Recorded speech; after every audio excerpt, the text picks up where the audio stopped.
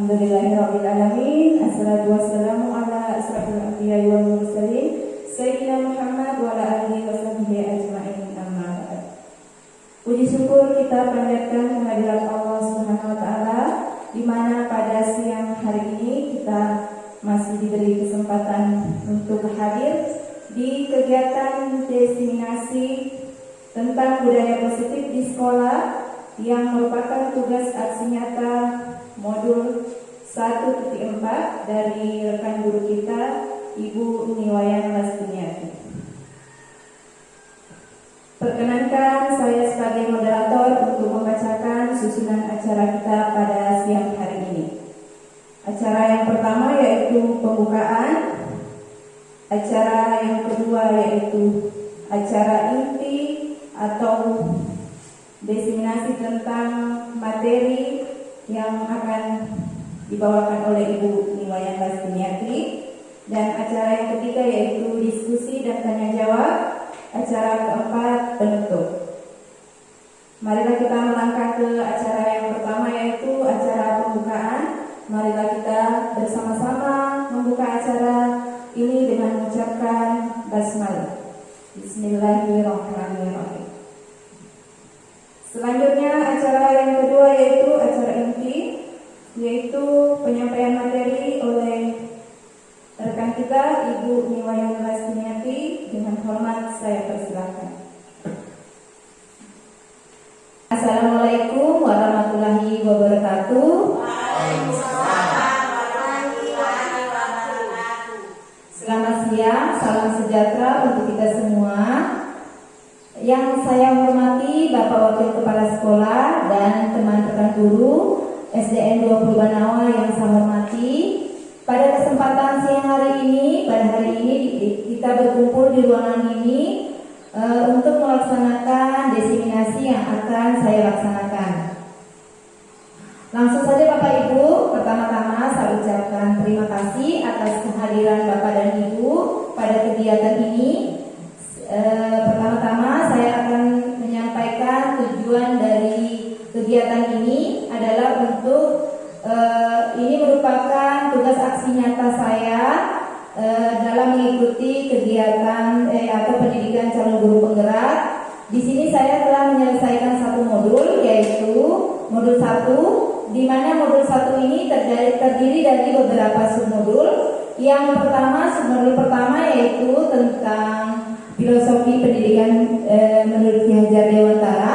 Yang submodul kedua 1.2 berisi tentang nilai-nilai dan peran guru penggerak. Kemudian submodul ketiga berisi tentang peran visi guru penggerak. Dan submodul terakhir adalah 1.4 berisi tentang budaya positif. Untuk itu Bapak Ibu, saya ditugaskan untuk memberi penghimbasan atas apa yang telah saya pelajari dan apa yang sudah saya laksanakan dan terapkan di kelas saya. Baik Bapak Ibu, di sini adalah aksi nyata modul 1.4 tentang budaya positif, yaitu penyebaran, pemahaman dan pengalaman penerapan budaya positif. Pertama-tama, selamat datang Bapak Ibu guru hebat.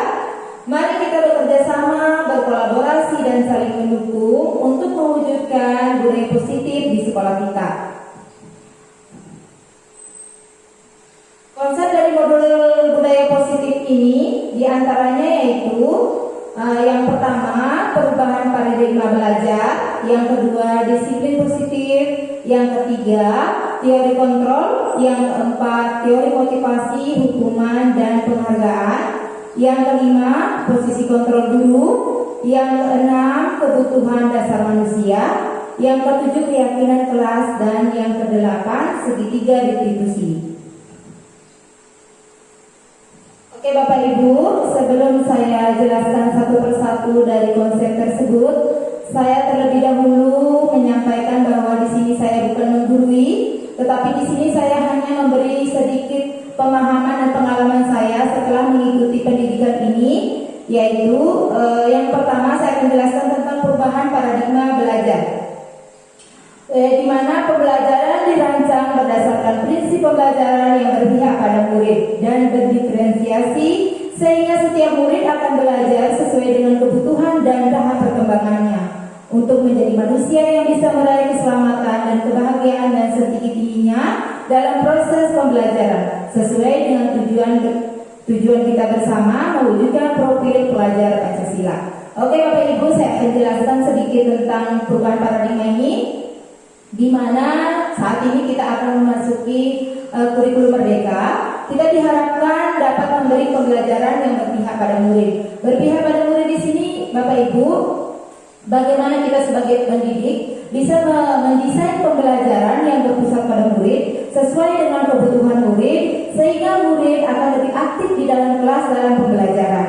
Kemudian pembelajaran yang berdiferensiasi, di mana kita sebagai pendidik Bapak Ibu, kita harus memberikan beberapa jenis tugas sesuai dengan kebutuhan murid, sehingga murid bisa memilih tugas yang mereka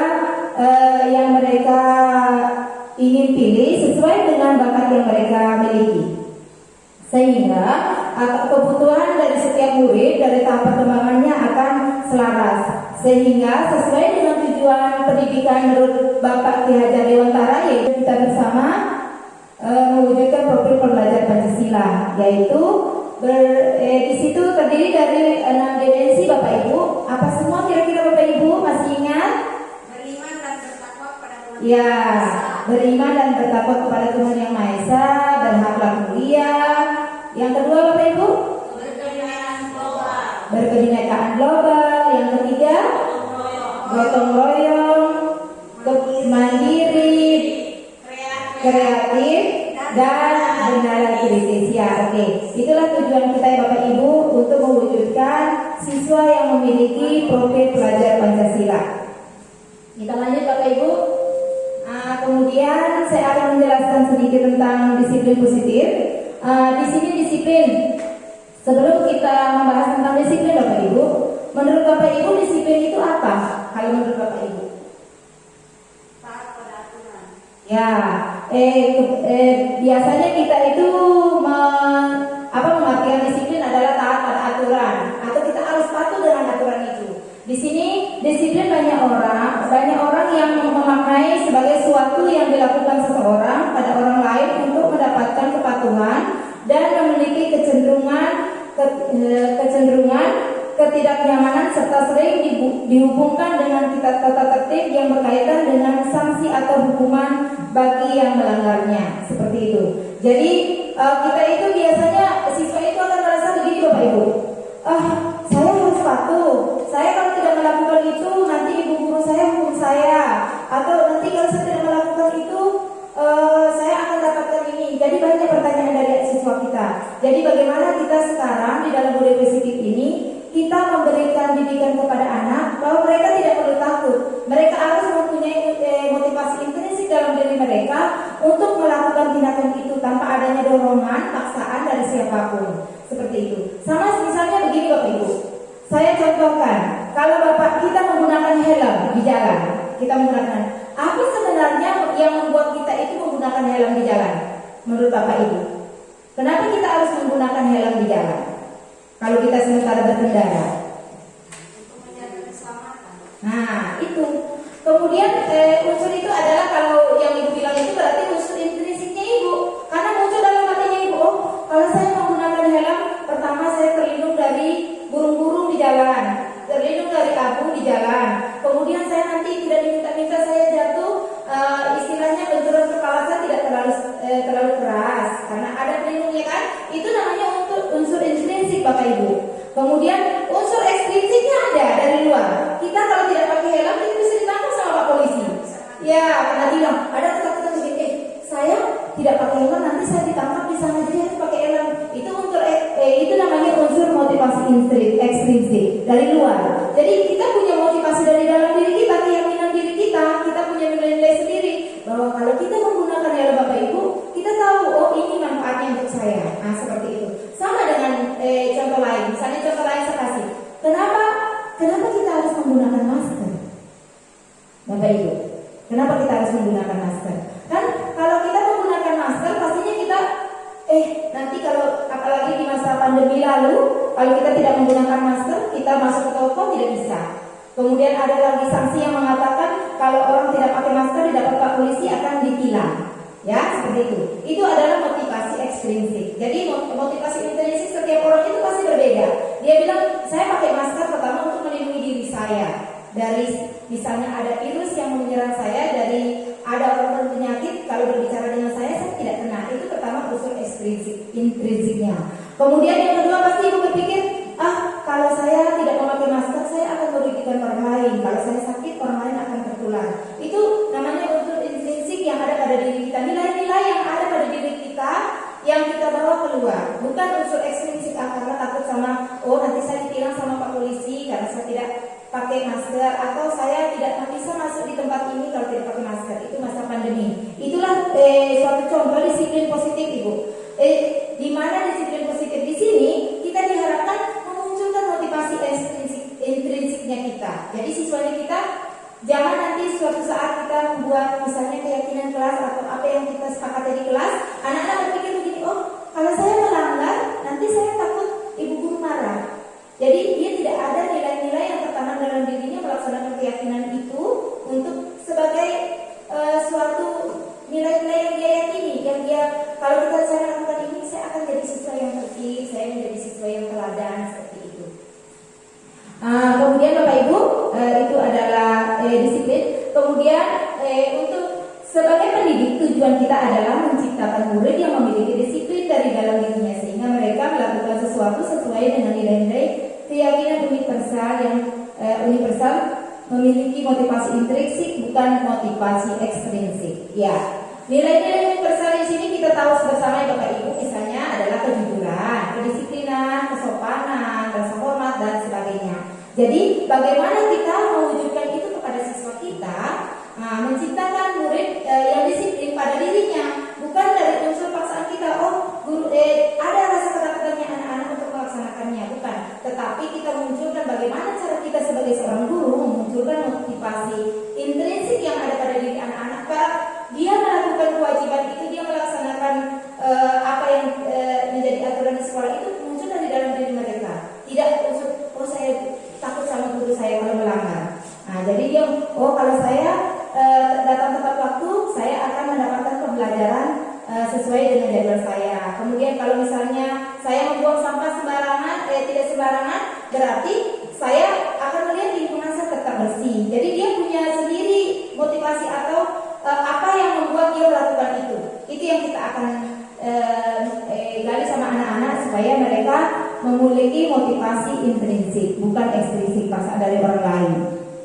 Kemudian disiplin positif adalah salah satu cara menerapkan disiplin yang bertujuan untuk menumbuhkan kesadaran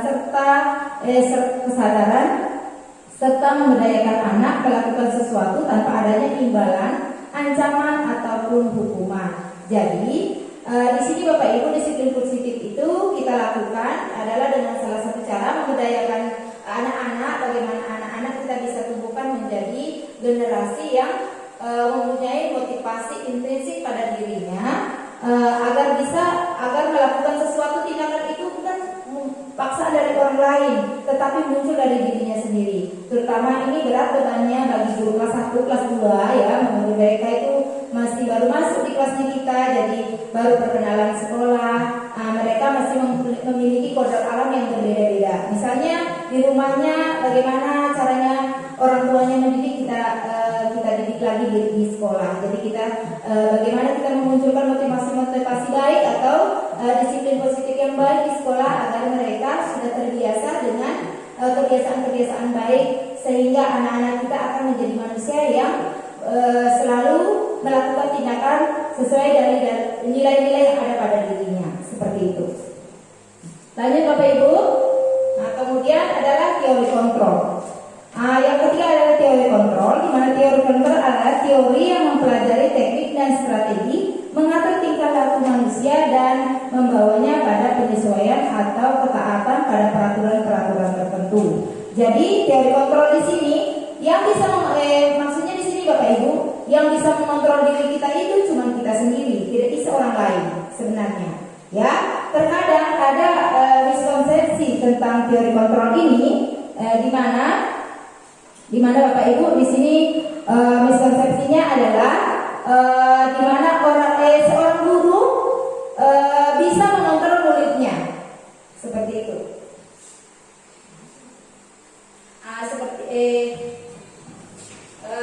Di sini juga di Bapak Ibu disebutkan bahwa Dr. William Blazer menyampaikan ada beberapa 3 ilusi teori kontrol. Jadi yang tidak benar.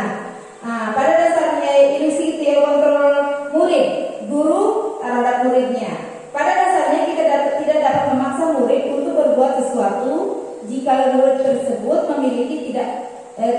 memilih tidak melakukannya, walaupun tampaknya guru sedang mengontrol perilaku murid. Hal demikian terjadi karena murid sedang mengizinkan dirinya dikontrol. Saat itu bentuk kontrol guru menjadi kebutuhan dasar yang dipilih murid tersebut. Teori kontrol menyatakan bahwa semua perilaku memiliki tujuan terhadap perilaku yang disukai. Jadi setiap perilaku itu Bapak Ibu mempunyai tujuan tertentu. Entah anak-anak berbuat salah ataupun anak-anak berbuat baik, itu pasti ada tujuannya. Seperti itu. Jadi kita sebagai guru tidak bisa mengontrol murid. Jadi kita menyadari bahwa saya bisa mengontrol anak ini. Tidak bisa Ibu, karena mereka mempunyai hal-hal tertentu. Apapun yang mereka lakukan mempunyai tujuan tertentu, seperti itu. Yang kedua, ilusi bahwa semua penguatan positif efektif dan bermanfaat. Penguatan positif atau bujukan adalah bentuk-bentuk kontrol. Segala usaha mempengaruhi murid agar mengulangi sesuatu perilaku tertentu adalah suatu usaha mengontrol murid tersebut. Dalam jangka waktu tertentu, kemungkinan murid tersebut akan menyadarinya dan mencoba menolak bujukan kita. Bisa jadi murid tersebut menjadi tergantung pada pendapat sang guru untuk berusaha. Jadi di sini ilusi yang kedua ini, kalau kita menyatakan kalau teori kontrol itu adalah penguatan positif efektif atau bermanfaat, tidak Ibu. Jadi motivasi itu memang betul-betul harus muncul dari dalam diri anak. Tidak boleh kita itu kalau begini, kalau misalnya seperti yang tadi, berarti dia tergantung pada gurunya. Kapan gurunya ada, dia akan melakukan tindakan itu. Tetapi kalau gurunya tidak ada, dia tidak akan melakukan. Karena tidak ada guru saya di sini, saya tidak akan melakukan itu. Karena itu tidak muncul dari motivasi intrinsiknya, tapi ekstrinsik dari luar. Kemudian yang ketiga adalah ilusi bahwa kritik atau membuat orang merasa bersalah. Di sini penguatan karakter, Bapak Ibu.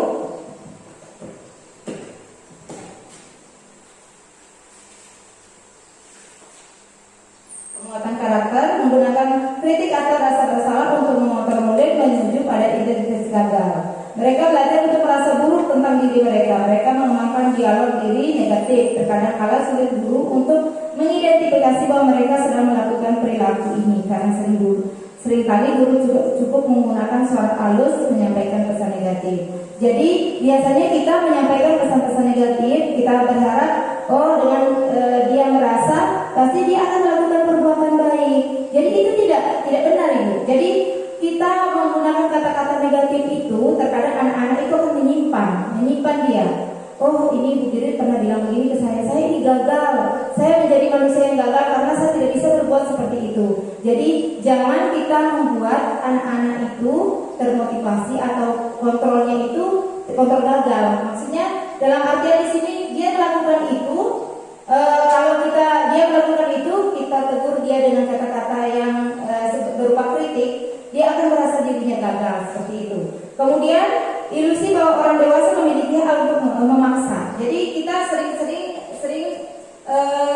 merasa bahwa kita ini orang dewasa atau guru bisa mengatur murid kita, mengontrol murid kita. Itu sebenarnya tidak bisa Bapak Ibu. Karena anak-anak itu mempunyai tingkah laku yang berbeda, unik. Jadi di dalam kelas itu mereka memiliki karakter yang berbeda-beda. Antara satu siswa dengan siswa lainnya itu berbeda karena mereka mempunyai keunikan masing-masing dari karakter mereka. Jadi itulah sebabnya kita sebagai guru harus menuntut siswa kita bagaimana siswa kita bisa bersifat positif. Kita mengontrolnya dengan melakukan tindakan-tindakan kelakuan baik dan memberi pengertian yang baik kepada siswa, sehingga muncul motivasi intrinsik untuk melakukan sesuatu tindakan yang sesuai dengan nilai-nilai kebajikan universal. Demikian. Yang ketiga, ilusi bahwa orang dewasa memiliki hak untuk memaksa. Banyak orang dewasa percaya bahwa mereka memiliki tanggung jawab untuk membuat murid-murid berbuat hal-hal tertentu. apapun yang dilakukan dapat diterima selama ada sebuah kemajuan berdasarkan sebuah pengakuan kinerja. Pada saat ini pula orang dewasa akan menyadari perilaku yang memaksa tidak akan efektif dengan jangka waktu yang panjang dan sebuah hubungan permusuhan akan terbentuk. Jadi kalau kita mengontrol seseorang, mengontrol siswa kita bahwa kita bisa, bahwa kita berhak memaksa seperti guru, bisa memaksa guru kita melakukan sesuatu, itu tidak benar ibu guru. Jadi itu merupakan teori ilusi atau ilusi yang tidak baik. Jadi kita itu mengontrol murid kita, bagaimana murid kita itu bisa berperilaku yang positif, berperilaku yang tindakan baik, dan muncul dari dalam dirinya bagaimana itu adalah tugas berat bagi kita. Tetapi kalau kita lakukan secara berkala dan perlahan melalui kebiasaan-kebiasaan baik, maka itu akan berdampak jangka panjang bagi mereka. Tidak cuma sekedar ada guru saya, tidak ada lagi motivasi seperti itu, ada kontrol seperti itu, ada yang mengontrol mereka. Jadi teori kontrol itu mengatakan bahwa suatu teknik bagaimana strategi kita untuk memunculkan motivasi intrinsik pada anak.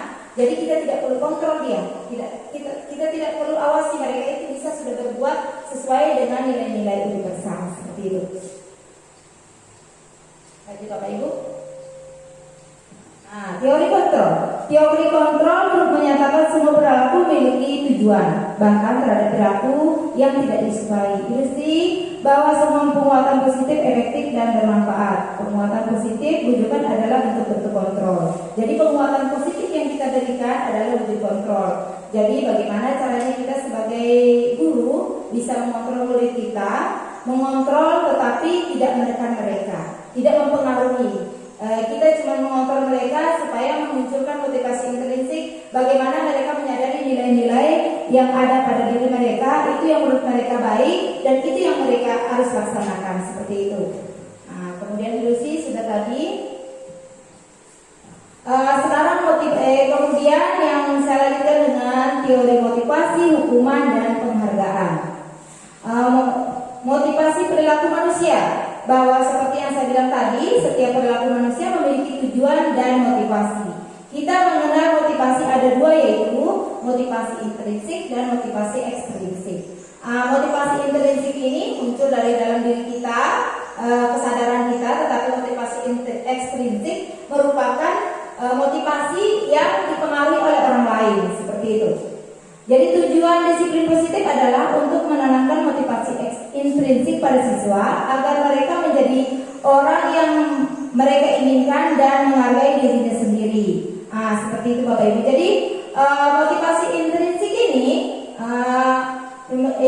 ini bahwa siswa menjadi orang yang mereka inginkan dan sebagai menghargai dirinya sendiri. Jadi mereka melakukan sesuatu tindakan berdasarkan dirinya sendiri. Saya mengerjakan PR pulang di rumah, kerjakan PR, kemudian pas gurunya memeriksa, anak-anak sudah kerja PR, dia sudah selesaikan. Itu bukan karena saya takut nanti dihukum sama ibu guru kalau tidak mengerjakan PR, saya disuruh menulis lagi.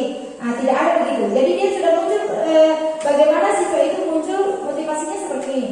Saya harus mengerjakan PR supaya saya bisa memahami apa yang guru saya jelaskan di sekolah dan saya mengulangi di rumah saya supaya saya tidak lupa lagi pelajaran yang diberikan ibu guru. Bagaimana cara kita sebagai guru memunculkan motivasi itu di dalam diri anak agar anak itu melakukan suatu tindakan tanpa adanya bujukan atau hadiah ataupun ada rasa kekhawatiran kalau dia melakukan tindakan itu konsekuensinya seperti apa hukumannya, seperti itu. Jadi kita memotivasi anak-anak ke motivasi intrinsik, menguatkan motivasi intrinsiknya.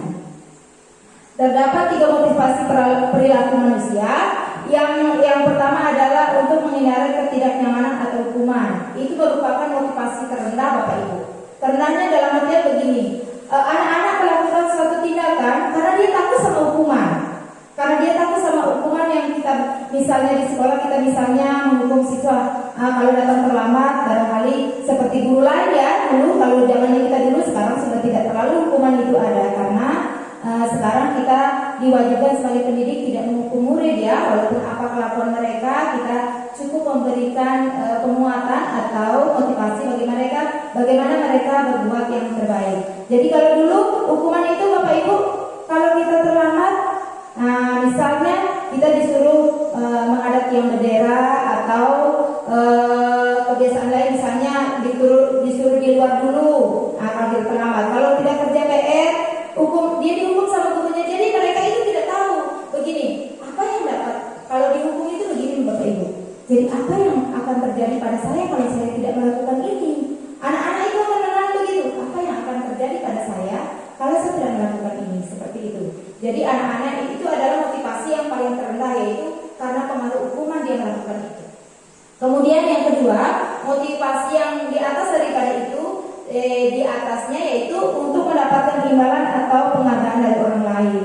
Motivasi ini Bapak Ibu merupakan motivasi yang hampir sama dengan hukuman. Kalau anak-anak melakukan sesuatu, kemudian mereka itu berpikir apa yang akan saya dapatkan, penghargaan apa, imbalan atau penghargaan apa yang saya dapatkan. Misalnya Bapak Ibu, anak-anak di dalam kelas, kemudian pada saat kenaikan kelas ada anak-anak yang dapat juara 1, kemudian ada yang juara 2, ada yang juara 3. Anak-anak itu akan berpikir, oh saya harus juara 1, saya harus betul belajar supaya saya tetap dapat juara 1. Dia itu motivasi ekstrinsiknya yang kuat, karena tidak ada kesadaran bahwa saya dapat juara 1 itu karena perjuangan saya, kebahagiaan saya, dan karena kerja keras saya, bukan gara-gara di ini ada atau apa. Itu kadang-kadang motivasi itu muncul Bapak Ibu, motivasi itu muncul karena ada imbalan, ada di pikirannya anak-anak. Kalau saya melakukan itu, kalau saya dapat juara, atau saya dilihat ibu guru, biasa kan kalau kita mengumpul sampah nanti dilihat dia mengumpul sampah bersama gurunya, baru dia mengumpul sampah seperti itu, karena dia mendapatkan penghargaan walaupun pintar anakku, sudah pintar dia mengumpul sampah, jadi itu yang diharapkan. Nah itu hampir sama dengan hukuman. Jadi anak-anak itu dia tidak muncul pada dirinya sendiri bahwa saya kalau walaupun tidak dilihat ibu guru, tapi saya mengumpul sampah dengan baik, saya mengerjakan tugas dan kewajiban saya percaya bahwa Tuhan lihat saya, apapun yang saya lakukan itu Tuhan lihat, jadi saya mendapatkan misalnya pahala seperti itu. Bagaimana kita menguatkan anak-anak dengan motivasi ekstrinsiknya, bukan dari imbalan itu dia berbuat, seperti itu Bapak Ibu. Kemudian yang ketiga, untuk menjadi orang yang mereka inginkan atau menjadi atau menghargai dirinya sendiri dengan nilai-nilai yang mereka percaya. Itu adalah motivasi yang ingin sekali kita bangun dan bentuk pada siswa. Bagaimana kita memunculkan untuk menjadi orang, mereka itu melakukan itu sesuai dengan keinginan mereka, menjadi orang yang menghargai dirinya sendiri, bukan dihargai orang lain. Jadi mereka itu menghargai dirinya sendiri. Saya melakukan itu, ini adalah contoh perbuatan baik saya. Bagaimana saya menerapkan itu sebagai kesadaran saya sendiri, seperti apa yang saya yakini bahwa kalau saya mengumpul sampah tanpa perintah sama guru, itu adalah nilai baik yang ada dalam diri saya sendiri. Kemudian saya hadir tepat waktu, itu merupakan wujud rasa syukur dan rasa terima kasih saya karena saya diberi kesempatan untuk ke sekolah. Kemudian saya mengikuti pembelajaran dengan baik di kelas itu supaya saya berilmu, supaya saya jadi anak yang pintar, supaya saya pulang ada bekal saya ada yang ilmu yang saya bawa pulang, seperti itu. Itu yang ingin sekali kita munculkan. Itu adalah motivasi yang paling bagus yang ingin kita tanamkan kepada anak-anak. Ingat Bapak Ibu, untuk menjadi orang yang mereka inginkan atau menjadi dan menghargai dirinya sendiri dengan nilai-nilai yang mereka percaya. Bahwa mereka percaya bahwa datang tepat waktu adalah nilai disiplin yang harus saya punya dalam diri saya dari sejak kecil. Yang kedua, saya harus bertanggung jawab. Kalau saya dikasih jadi piket kelas, saya harus bersihkan kelas sebelum guru saya masuk, seperti itu. Itu yang muncul pada diri anak-anak karena dia yakin itu nilai kebaikan yang tertanam di dalamnya. Seperti itu. Itu adalah motivasi yang paling baik ya Bapak Ibu yang ingin kita tanamkan kepada anak-anak kita. Berikut Bapak Ibu, teori motivasi, hukuman dan penghargaan. Hukuman merupakan cara mengontrol perilaku orang dengan sifat memaksa, menyakitkan dan menciptakan identitas gagal. Jadi Bapak Ibu, hukuman itu merupakan cara mengontrol perilaku orang dengan sifat memaksa. Kita paksa orang lain. Orang tidak mau sedekat.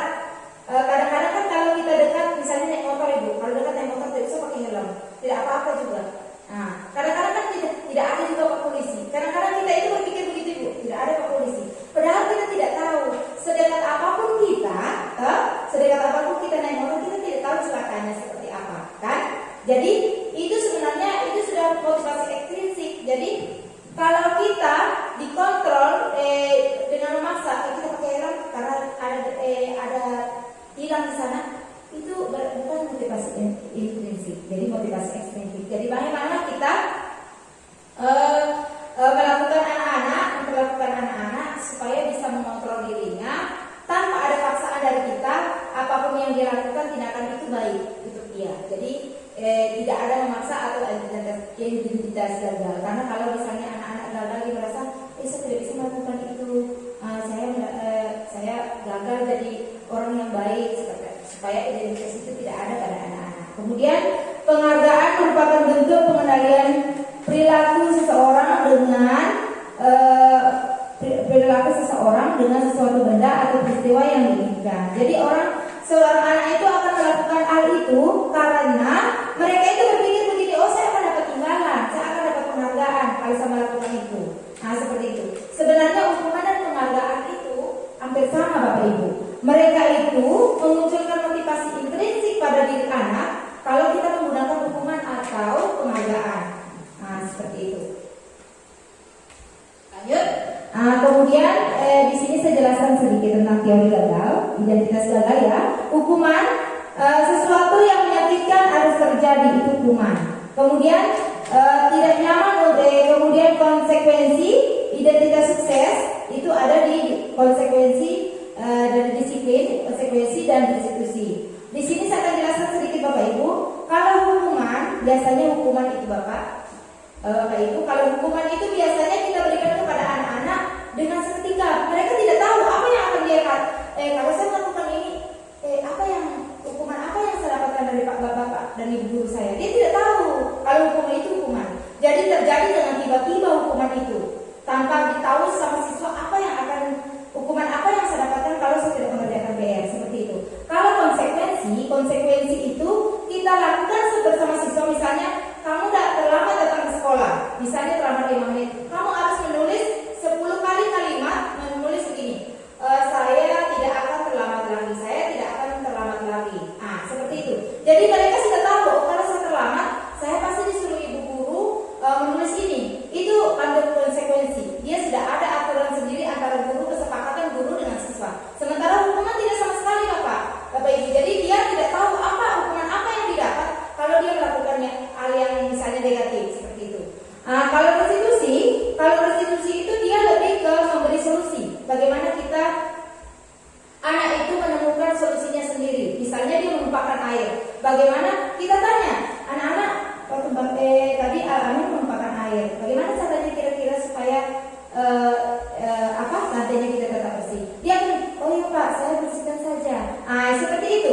Jadi restitusi itu bagaimana kita memberi pilihan kepada anak-anak menyelesaikan permasalahan itu, tindakan apa yang dia lakukan supaya tindakan itu tidak merugikan orang lain. Dia mencari sendiri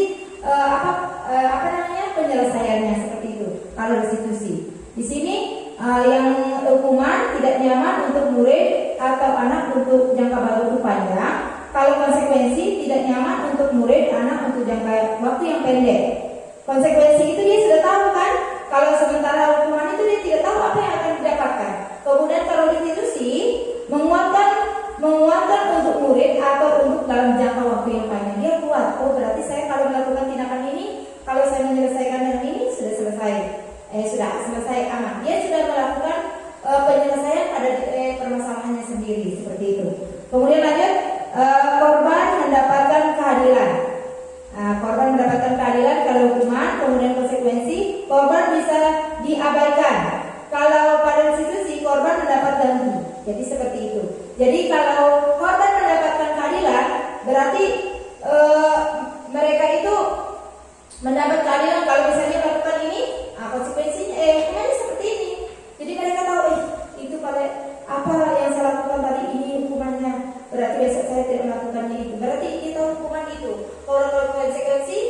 Konsekuensi korban bisa diabaikan. Konsekuensi itu kadang-kadang kita abaikan dari anak-anak. Kemudian korban menjadi mendapatkan rugi. Misalnya seorang anak dilepas kancing bajunya atau tidak sengaja terlepas kancing bajunya karena berkelahi. Kita bisa memberikan restitusi kepada anak-anak. Bagaimana cara menyelesaikan itu supaya bajunya anak ini tetap baik lagi? Kita berikan solusi pada kedua murid yang bermasalah itu sehingga bajunya temannya itu bisa baik lagi seperti itu. Jadi hukuman merupakan identitas gagal. Kemudian kalau konsekuensi dan restitusi itu merupakan disiplin, identitas sukses bagi murid seperti itu. Lanjut Bapak Ibu, kesimpulan dari hukuman dan penghargaan adalah pada dasarnya hukuman dan penghargaan itu sama, hanya hukuman lebih mengarah ke kontrol perilaku murid ke arah negatif, sedangkan penghargaan akan mengontrol murid ke arah perilaku yang positif. Karena kalau hukuman itu ada ketakutan yang mereka rasakan, tapi kalau penghargaan dia termotivasi karena ada penghargaan di balik itu. Seperti itu. Jadi diusahakan hal ini tidak dilakukan karena itu merupakan motivasi intrinsik yang kita tanamkan, ekstrinsik yang kita tanamkan kepada anak-anak. Yang kita tekankan di sini bagaimana kita sebagai seorang guru memunculkan motivasi intrinsik yang terbangun pada diri anak seperti itu. Lanjut Bapak Ibu, kita lanjut ke posisi kontrol guru. Ya, menurut Jan Jensen terdapat 5 posisi kontrol guru terhadap siswanya, yaitu penghukum. Pertama penghukum, membuat rasa bersalah. Yang ketiga teman, yang keempat pemantau dan manajer. Mari kita lihat satu-satu. Yang pertama penghukum. Seorang penghukum dapat menghukum secara fisik atau verbal. Menghukum di sini adalah secara fisik atau verbal. Menurut Bapak dan Ibu, kalau hukuman itu yang mana lebih baik, verbal atau fisik? Kalau verbal, misalnya contohnya kita ambil verbal itu adalah menyakiti hati, ya. Kalau kita berkata-kata sama anak-anak akan menyakiti hatinya anak-anak. Kalau fisik kita pukul anak-anak, kalau kita pukul nanti dia akan sembuh. Tapi kalau verbal itu biasanya menyakiti hatinya anak, kemudian lama maksudnya dia ingat kata-katanya kita itu, ya, seperti itu. Jadi penghukum itu seseorang penghukum dapat menghukum secara fisik atau verbal. Yang kedua, membuat orang merasa bersalah.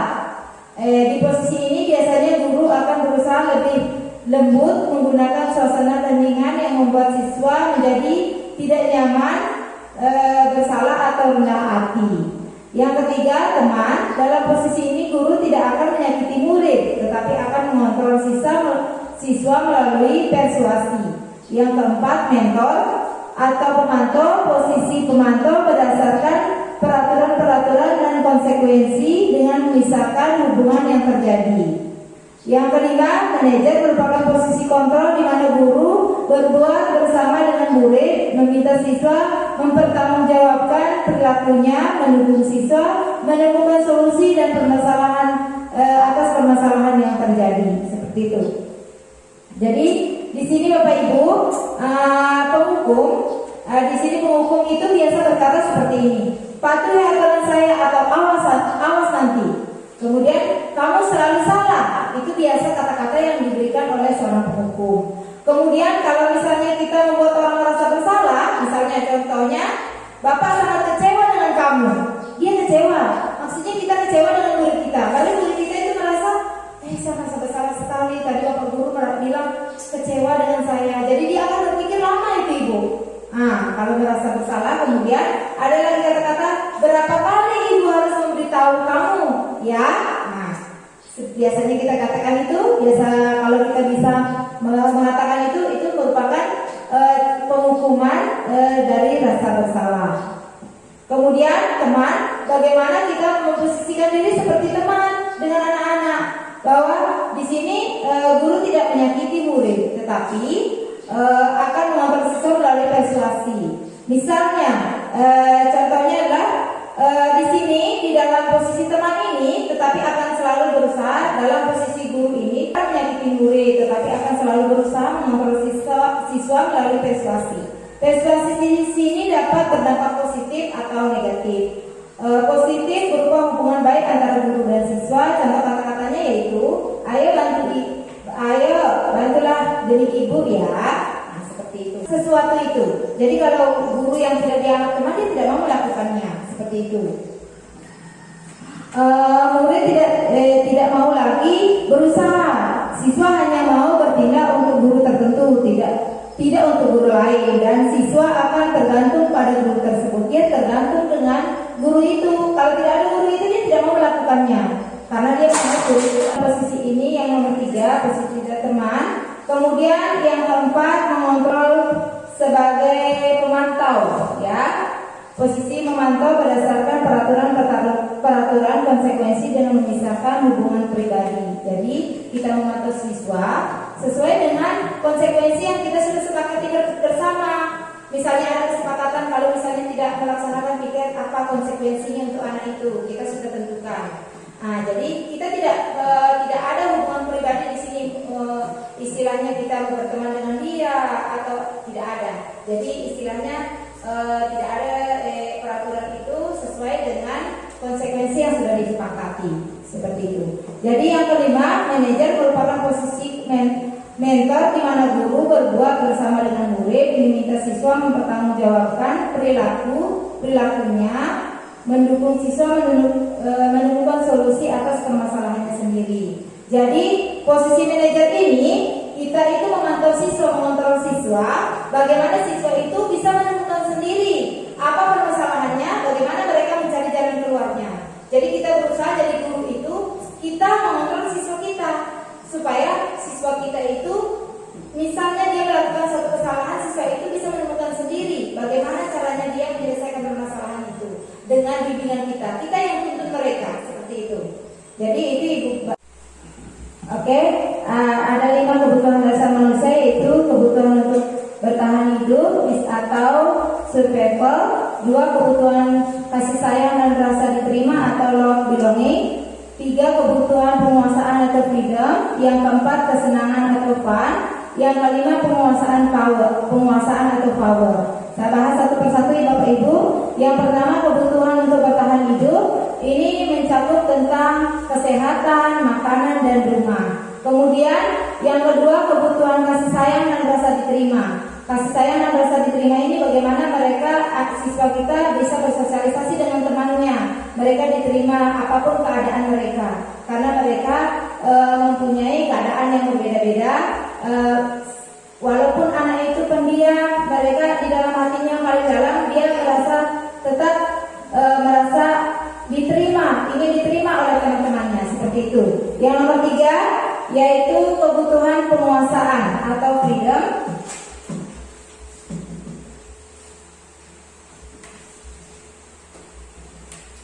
Yaitu kebutuhan ini berkaitan dengan kekuasaan untuk mencapai sesuatu, menjadi terampil, menjadi kompeten, diakui prestasinya dan keterampilannya berdasarkan harga diri. Jadi mereka itu akan ingin dihargai oleh orang lain, seperti itu. Kemudian yang keempat, kesenangan. Setiap siswa itu ingin merasa senang. Seperti kita manusia, kita tahu ada saatnya kita sedih, ada saatnya kita senang. Jadi setiap anak itu ingin memperoleh kesenangan, baik di dalam bermain, di dalam belajar, dan di dalam kegiatan-kegiatan yang kita laksanakan di sekolah. Kemudian yang kelima adalah penguasaan.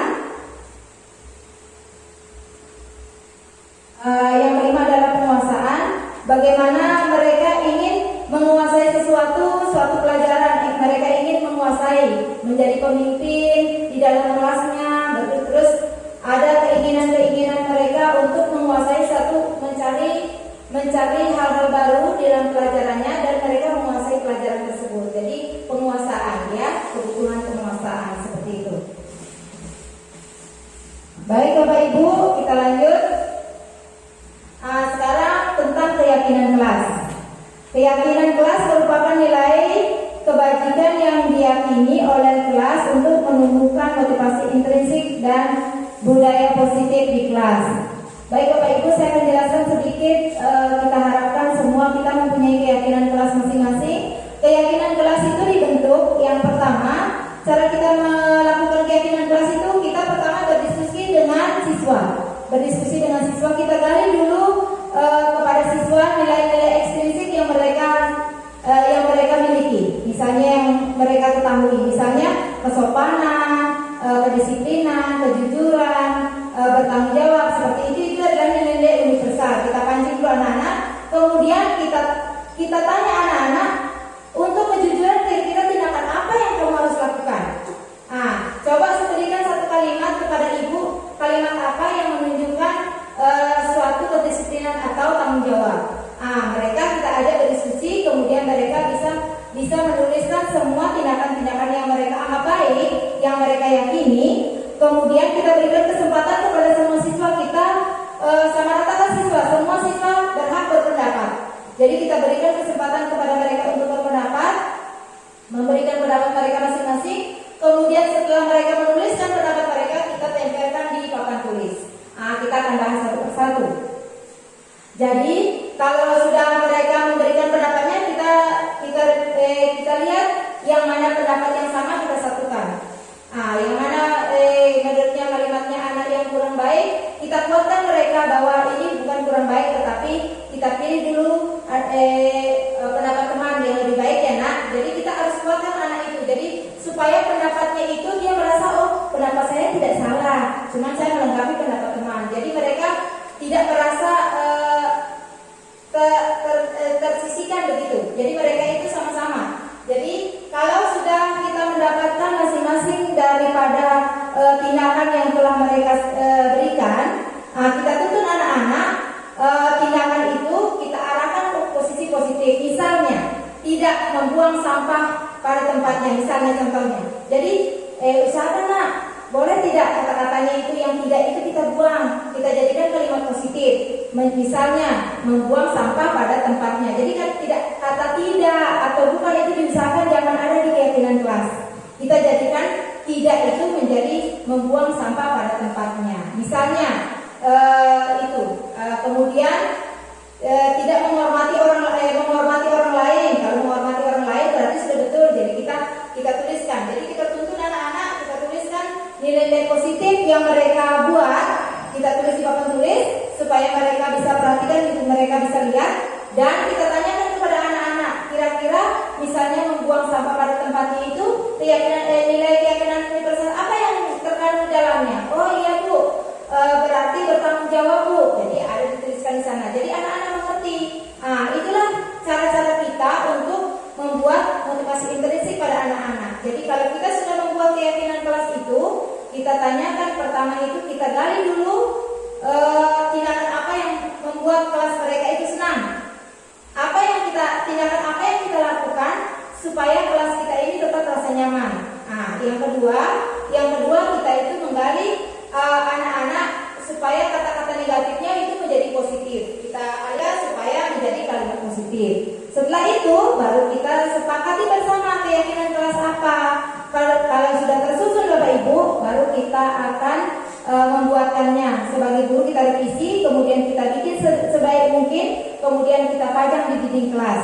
Jadi kalau anak-anak melakukan satu kesalahan, kita bisa bertanya sama anak tersebut, kira-kira keyakinan kelas mana yang kamu langgar? Seperti itu. Jadi keyakinan kelas itu adalah kekuatan di dalam kelas itu untuk memunculkan motivasi intrinsik. Saya sudah melaksanakan di dalam kelas Bapak Ibu. Jadi saya tuntut dulu anak-anak supaya mereka memunculkan tindakan-tindakan apa yang saya tanya dulu, nilai-nilai universal yang mereka tanamkan atau nilai-nilai kebaikan yang ada pada diri mereka. Kemudian saya menyuruh anak-anak mencari tindakan apa yang sesuai dengan nilai kebaikan yang mereka katakan itu. Kemudian saya memberikan stiker. Kemudian mereka menuliskan di stiker itu, mereka menempel di depan kelas stiker tersebut, dan saya bacakan satu-satu tentang nilai-nilai apa yang mereka berikan. Kemudian jadi kalau ada kalimat negatif di situ, saya akan tuntun mereka untuk membuat kalimat negatif itu menjadi kalimat positif, dan sehingga akan menjadi suatu keyakinan kelas.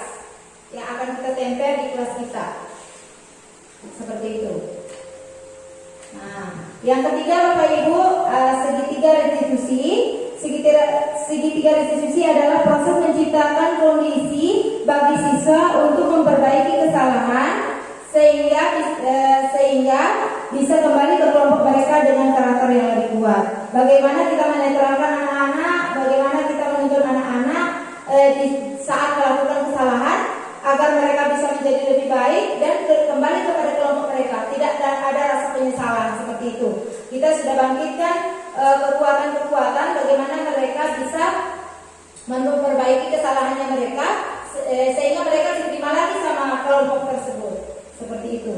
Ini ada yang saya sudah laksanakan di kelas saya. Bapak Ibu, pertama adalah seorang siswa saya membuang sampah tidak pada tempatnya.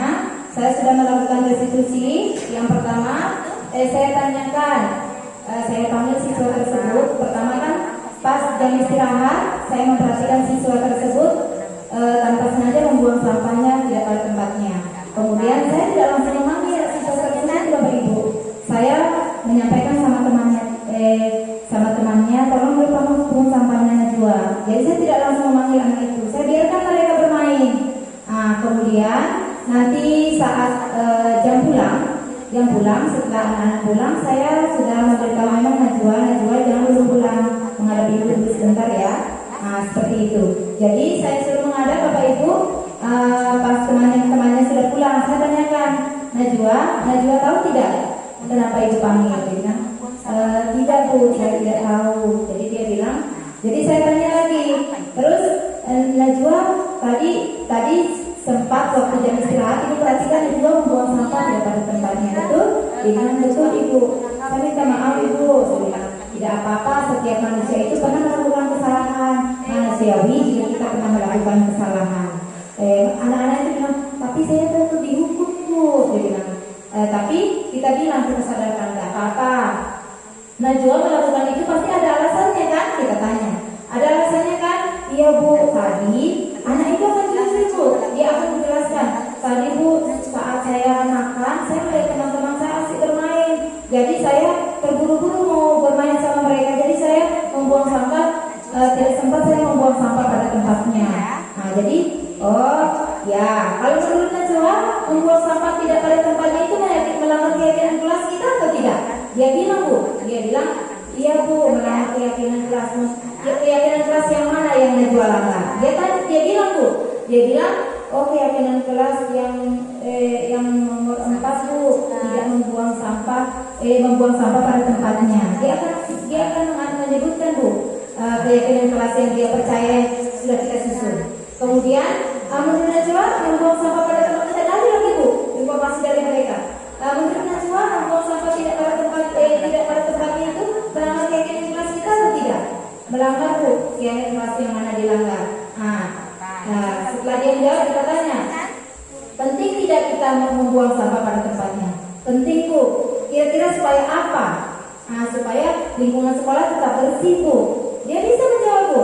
Kemudian setelah Najwa sudah tahu keyakinan kelas itu penting supaya sekolah ini tetap bersih. Tindakan apa yang Najwa akan lakukan agar hal itu tidak dilakukan lagi?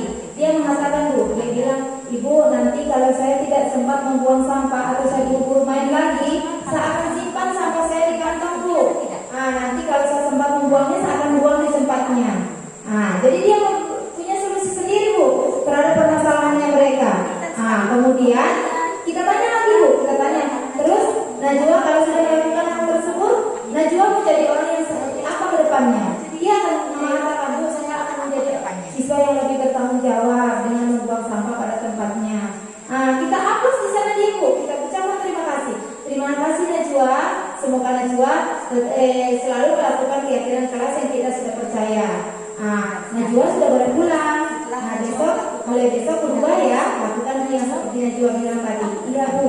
Jadi dia pulang dengan hati senang Bu, karena kita tidak marah dia. Kita sadarkan, kita bangkitkan kesadaran mereka supaya mereka itu mempunyai solusi sendiri. Tindakan apa yang mereka lakukan supaya tindakan yang kemarin itu tidak dilakukan lagi seperti itu. Kemudian restitusi yang kedua saya lakukan juga sama anak-anak seperti ini. Ya.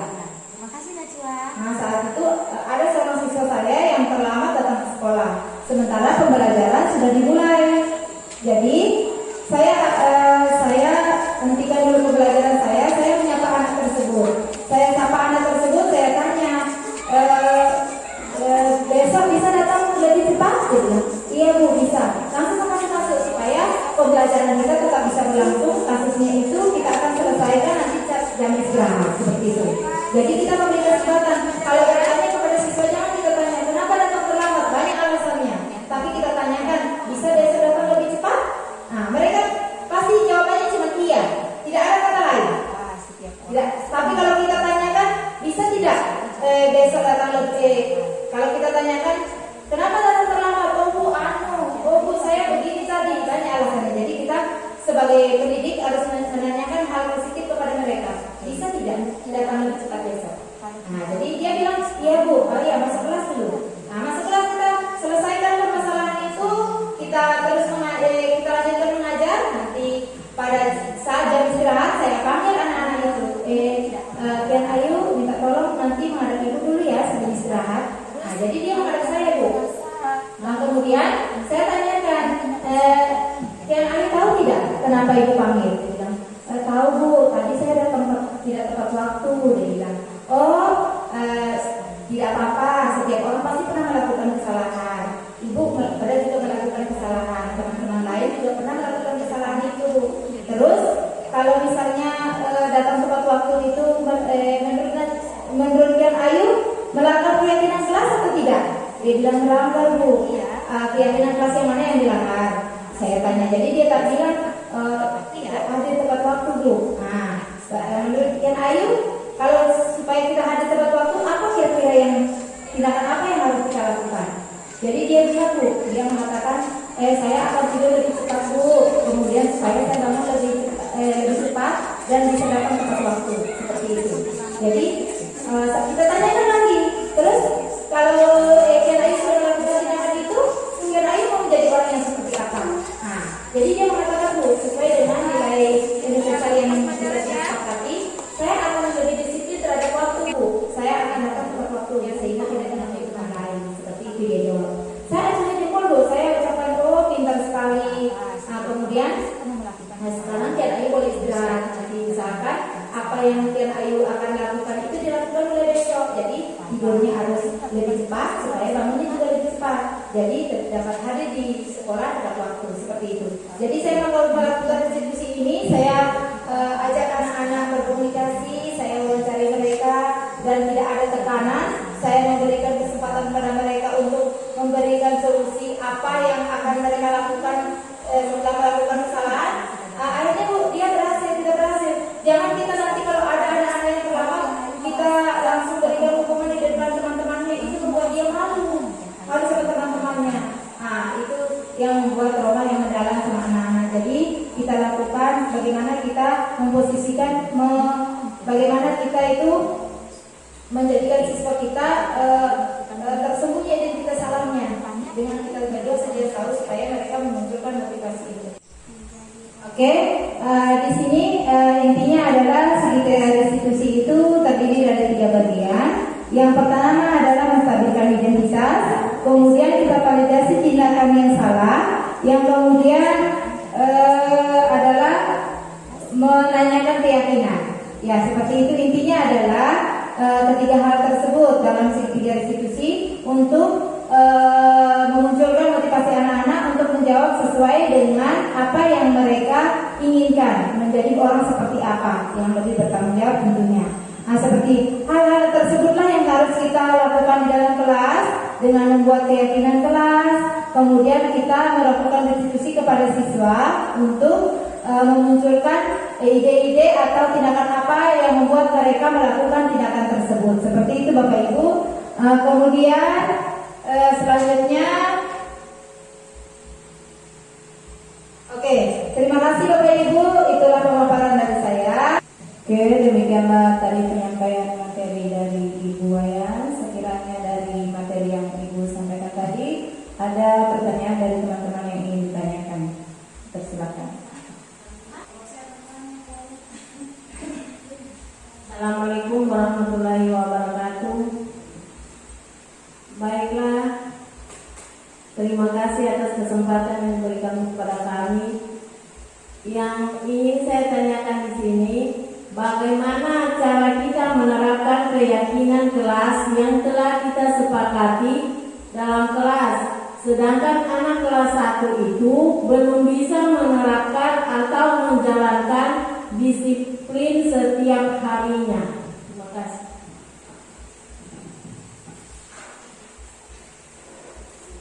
Masih ada pertanyaan dari teman-teman yang lain? Assalamualaikum warahmatullahi wabarakatuh. Assalamualaikum warahmatullahi wabarakatuh. Terima kasih untuk teman saya calon guru penggerak. Saya sangat terinspirasi dengan semua penjelasan yang sudah diberikan oleh Ibu yang tadi. Tadi saya mencermati ini masalah soal hukuman terhadap anak-anak karena kadang kita memberi hukuman kepada siswa itu kan tergantung dari keadaan sementara. Boleh saya minta tolong Pak Iwayan slide-nya dikembalikan ke soal hukuman tadi.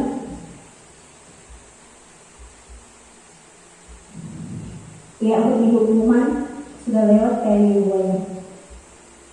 Bukan, yang ada 5 poin tadi, yaitu menghukum. Kadang kita menghukum ada di nomor 1, terus kemudian kita membuat siswa merasa bersalah.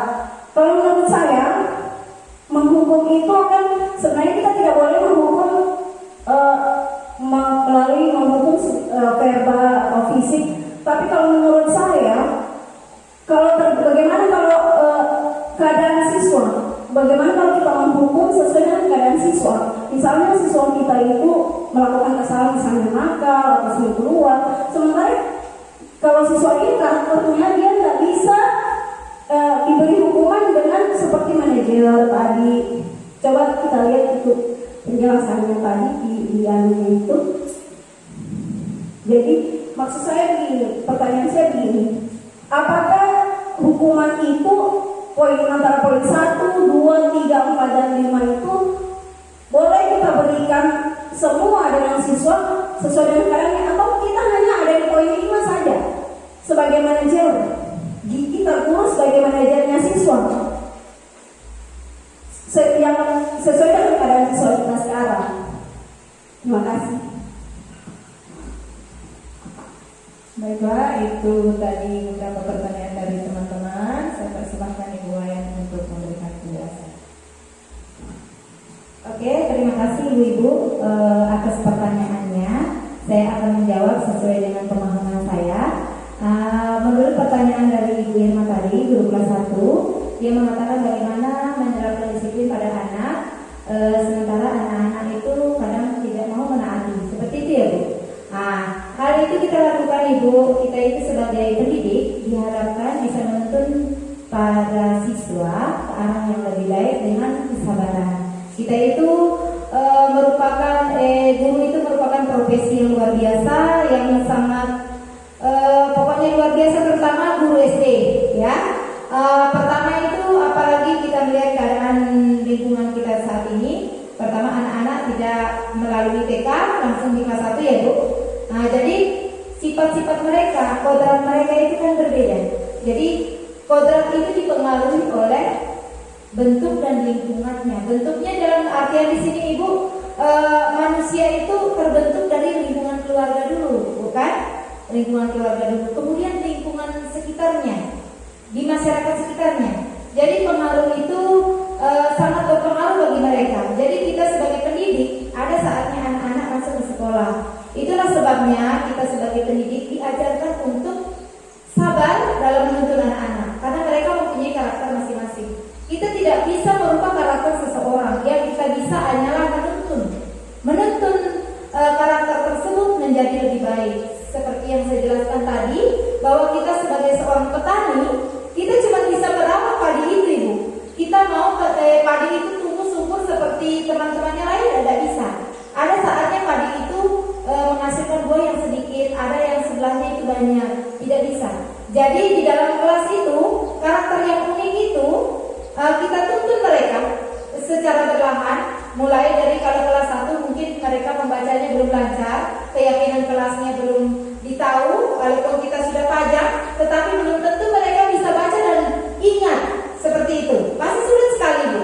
Tapi kita harapkan begini, kita sudah panjang keyakinan kelas yang kita buat, walaupun kita tidak bisa diskusi dengan mereka membuat keyakinan kelas tersebut, kita tuntun anak-anak nilai-nilai baik apa? Misalnya nilai berbohong baik tidak? Iya bu, kalau berbohong tidak baik, pasti anak-anak bilang. Berarti nilai yang baik apa nak? Kita tanya, mereka akan bilang jujur bu. Lawan dari berbohong pasti jujur. Kemudian kita gali lagi apa nilai-nilai baik yang mereka tahu. Seperti itu di kelas 1. Kemudian kita temukan dulu nilai-nilai baiknya. Kemudian contoh dari kita jujur itu seperti apa? Kita tanya bu sama anak-anak, walaupun dia tidak komplit bisa menjawab, tetapi mereka akan memberikan sedikit jawabannya dan kita tambahkan jawaban itu menjadi jawaban yang sempurna supaya mereka itu kita jelaskan secara rinci. Oh, tindakan seperti ini nak yang namanya jujur. Jadi anak-anak itu akan mendengarkan. Jadi kalau perlu keyakinan kelas itu kita sudah bentuk. Keyakinan kelas itu tidak perlu banyak ibu. Apa yang kita mau tingkatkan dulu di kelas itu? Misalnya kelas 1 apa yang kira-kira Bapak Ibu? Kalau kita mau tingkatkan yang pertama, disiplinnya anak-anak dan kejujurannya. Disiplinnya dalam artian dia bisa datang tepat waktu, terus kemudian mereka itu bisa jujur kalau mereka ditanya apa yang misalnya mereka membuang sampah sembarangan, mereka itu ditanya ada membuang sampah sembarangan tadi? Tidak bu. Itu mereka tidak jujur karena takut sama kita apakah kita hukum atau tidak. Jadi kita kalau anak-anak kita berikan pengertian sama mereka bahwa kalau kita melakukan kesalahan dan kita jujur tidak ada hukuman, akan diberikan nasihat supaya tidak melakukan hal tersebut. Jadi kita didik anak-anaknya kita ibu mulai dari dasar dari kelas 1 kejujurannya dan kedisiplinannya. Kemudian bagaimana mereka menghargai orang lain. Biasanya anak-anak kelas 1 kalau di dalam kelas itu ibu dia itu ribut sekali. Dia suka mengganggu temannya dan tidak betah di dalam tempat duduk. Itu yang biasa dilakukan kelas 1. Tapi bagaimana caranya kita anak-anak, bagaimana kita duduk tenang, kita bikin dia suasana gembira. Istilahnya bagaimana kita menanamkan kalau kita tenang, bisa tidak dengar ibu guru kalau bicara.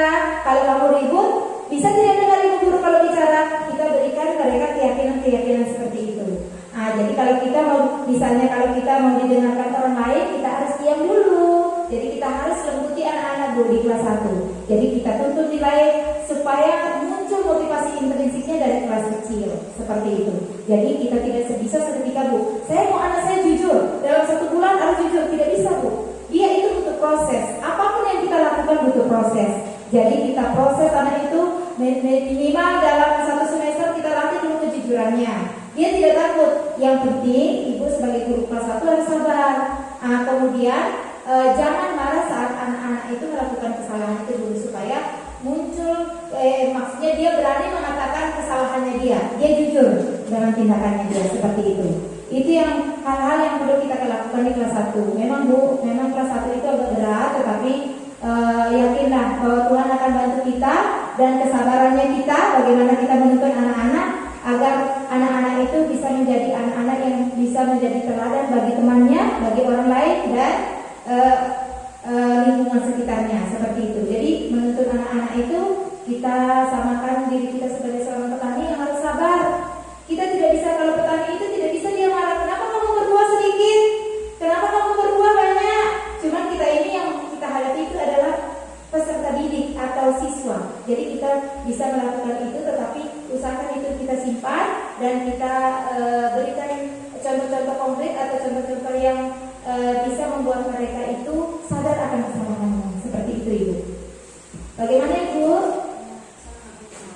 Terima kasih. Kemudian pertanyaan kedua dari Ibu Nur tentang bagaimana kita sebagai guru menempatkan diri dalam posisi tersebut ya.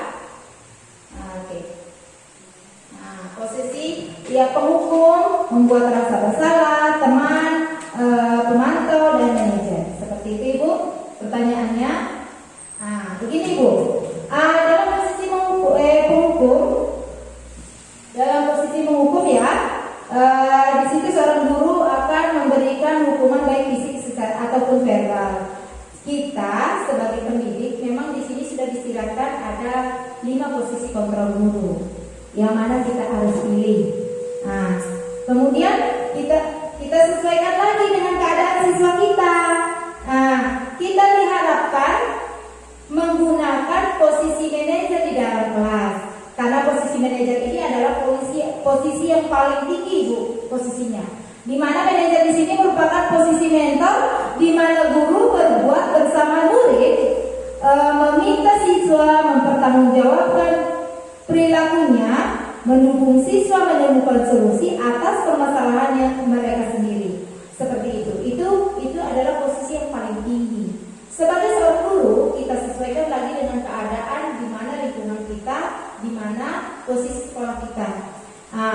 Menurut saya, Ibu, ini 5 posisi kontrol ini bisa kita pilih antara salah satunya. Yang jelas, jangan kita menyakiti anak-anak terlalu sakit dan meninggalkan bekas yang mendalam kepada anak-anak. Jadi di sini kita bisa menggunakan posisi mana saja, kelima posisi ini yang menurut kita baik. Dan intinya kita tidak boleh memberikan sesuatu yang tersimpan di dalam hatinya anak-anak bahwa kita itu seperti ini. Karena pada dasarnya, Ibu, apapun posisi yang kita lakukan kelima ini, kita ingin anak muridnya kita baik, betul tidak, Ibu? Tidak ada loh posisi guru ingin anaknya itu menjadi tidak baik, pasti tidak menginginkan anak yang baik. Jadi saya harapkan sekali dengan kesabaran, dengan tugas mulia ini kita berbuat bagaimana kita memposisikan diri, kita belajar dari apa yang kita lakukan, kita belajar dan kita mencari tahu bagaimana kita memposisikan diri menjadi manajer dari segala keadaan yang kita hadapi. Seperti itu. Jangan kita menggunakan posisi menghukum, karena kalau menghukum itu kadang-kadang anak ada rasa lain-lain kepada kita, kayak ada rasa takutnya. Jadi kalau memunculkan motivasi intrinsik pada anak, kalau kita melakukan tindakan menghukum, itu akan sulit, Ibu. Kalau kita sudah biasakan dengan posisi menghukum. Kemudian membuat orang merasa bersalah. Dia merasa gagal dengan apa yang dia lakukan. Dia merasa bersalah karena melakukan hal itu. Kalau kita memposisikan kontrol seperti itu, begitu juga. Jadi dia motivasi intrinsik anak-anak itu akan lambat dan bahkan akan tersimpan di dalam hatinya bahwa saya bersalah, saya pernah melakukan kesalahan. Seperti itu. Kemudian memposisikan sebagai teman. Kalau kita lagi seperti posisi jadi teman seperti saya bilang tadi, dia akan tergantung pada guru itu saja. Itu guru itu teman saya. Kemudian seperti itu. Kemudian jadi mentor. Jadi mentor di sini posisi pemantau berdasarkan peraturan dan konsekuensi. Kita memberikan konsekuensi kepada anak-anak. Misalnya dia tidak bisa menulis Al-Quran seperti ini, ya. Kemudian kita, kamu tidak menulis, nanti kamu pulang lagi di rumah. Tapi ibu harus memberikan kesepakatan pada anak tersebut. Kalau kamu melakukan ini, nanti akan ibu kasih ada misalnya konsekuensinya seperti ini. Kalau kamu tidak menulis sampai selesai, kamu harus menyelesaikan di jam istirahatmu. Tidak ada yang istirahat seperti itu. Bisa kita posisikan, Ibu, tapi kita sesuaikan dengan keadaan siswa kita. Tapi kita sudah diarahkan bahwa kita harus berusaha mengambil posisi manajer. Bagaimana kita menjadi teman anak-anak, berdiskusi dengan anak-anak untuk mencarikan solusi dari permasalahan mereka. Itulah yang kita harapkan, Ibu. Jadi kelima posisi kontrol ini sebenarnya bisa dilakukan guru tergantung dari keadaan.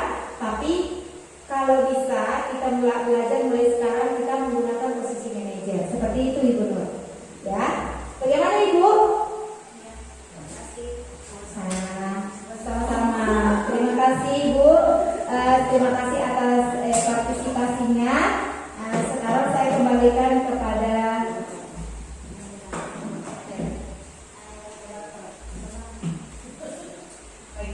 terima kasih atas penyampaian materi dari Ibu Wayan. Insya Allah sangat bermanfaat untuk kita gunakan dalam pembelajaran kita sehari-hari. Sebagai kesimpulan, saya berikan kesimpulan menumbuhkan budaya positif anak dengan motivasi intrinsik yang terbentuk dari dalam diri anak itu sendiri, bukan dengan ancaman, imbalan maupun hukuman, sehingga anak akan tumbuh sesuai dengan mereka inginkan dan menghargai dirinya sendiri. Baiklah, kita kita langkah ke acara yang terakhir yaitu penutup. Dengan berakhirnya acara ini, mudah-mudahan ilmu yang disampaikan oleh Ibu Wayan bisa kita aplikasikan di kehidupan kita sehari-hari. Bismillahirrahmanirrahim. Assalamualaikum warahmatullahi wabarakatuh. Waalaikumsalam. Selamat siang, salam sejahtera untuk kita semua.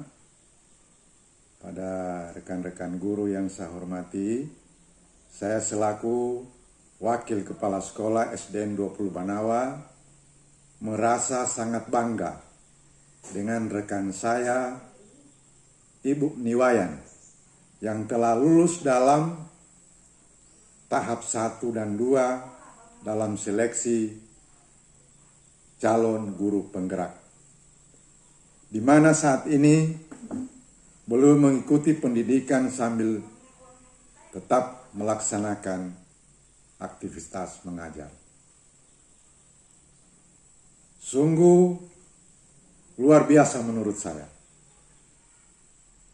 Diseminasi pengimbasan tentang budaya positif yang dipaparkan oleh Ibu Niwayan memberi pemahaman kepada saya dan semua rekan guru yang ada di SDN 20 Banawa, bahwa anak itu memiliki kebutuhan yang berbeda, merupakan pribadi yang unik, dan bagaimana kita memposisikan diri sebagai pendidik, sehingga dapat menambah pengetahuan saya dan memahami karakter murid sekolah. Semoga kedepannya penerapan adanya budaya positif ini akan berjalan lancar agar dapat meningkatkan kedisiplinan pada siswa dan dapat memiliki motivasi intrinsik agar dapat menjadi pelajar sepanjang hayat. Mengenai diseminasi yang telah dibawakan oleh Ibu Niwayan, sudah bisa berjalan lancar, runtut, dan beliau juga membawakan materi dengan baik, sehingga kami dapat memahami inti dan budaya positif yang akan diterapkan di sekolah. Demikian dari saya. Wabillahi taufiq wal hidayah. Wassalamualaikum warahmatullahi wabarakatuh. Assalamualaikum warahmatullahi wabarakatuh. Saya Nirwana SPD, guru di SDN 20 Banawa. Menurut saya dari kegiatan yang dilakukan oleh rekan kami tentang materi budaya positif sangat bermanfaat untuk kami sebagai seorang guru, di mana untuk menuntun siswa kami membudayakan sikap positif. Karena di lingkungan sekolah kami, membudayakan sikap positif itu tidak mudah, karena dipengaruhi oleh beberapa faktor seperti faktor lingkungan keluarga dan lingkungan masyarakat. Maka dengan hal itu, materi tersebut sangat bermanfaat bagi kami untuk menumbuhkan budaya positif itu dengan tindakan yang sederhana, sehingga menjadi kebiasaan secara berkelanjutan. Sekian dari saya. Wassalamualaikum warahmatullahi wabarakatuh.